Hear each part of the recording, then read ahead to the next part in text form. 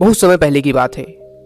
अंकमाल नाम का एक युवक भगवान गौतम बुद्ध के सामने उपस्थित होकर बोला, भगवान, मैं संसार की कुछ सेवा करना चाहता हूं। आप मुझे जहां भी भेजना चाहें भेज दें, ताकि मैं लोगों को धर्म का रास्ता दिखा सकूं।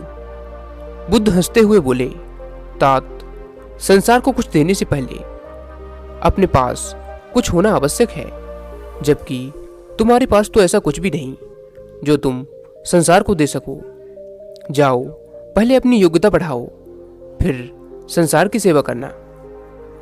अंकमाल वहां से चल देता है और विभिन्न प्रकार की कलाओं की अभ्यास में जुट जाता है। बाण बनाने से लेकर चित्रकला, मल्ल विद्या से लेकर मल्लाहकारी, जितनी भी कलाएं हो सकती हैं, उन सब का उसने 10 वर्ष तक कठोर अभ्यास किया।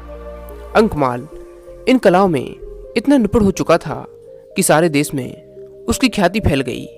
अपनी प्रशंसा से खुद ही प्रसन्न होकर अंकमाल अभिमान पूर्वक लौटा और तथागत गौतम बुद्ध की सेवा में उपस्थित हुआ।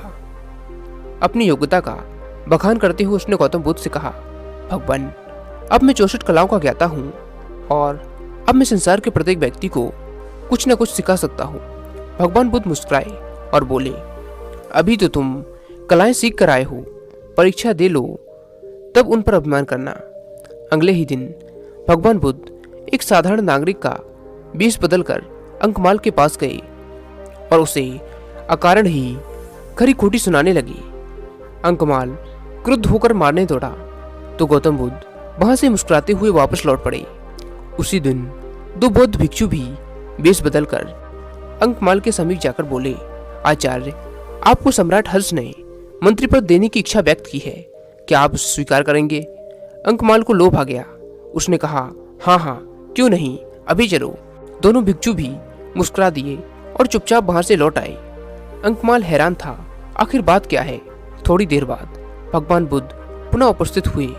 उनके साथ आम्रपाली भी थी।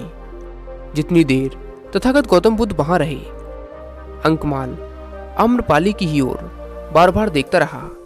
बात समाप्त कर तथागत आश्रम लौट आए। शाम के समय अंकमाल को बुद्ध ने पुनः बुलाया और पूछा, वत्स, क्या तुमने क्रोध, काम और लोभ पर विजय की विद्या भी सीखी है? अंकमाल को दिन भर की सब घटनाएं याद आ गईं। उसने लज्जा से अपना सिर झुका लिया और उस दिन से आत्मविजय की साधना में संलग्न हो गया।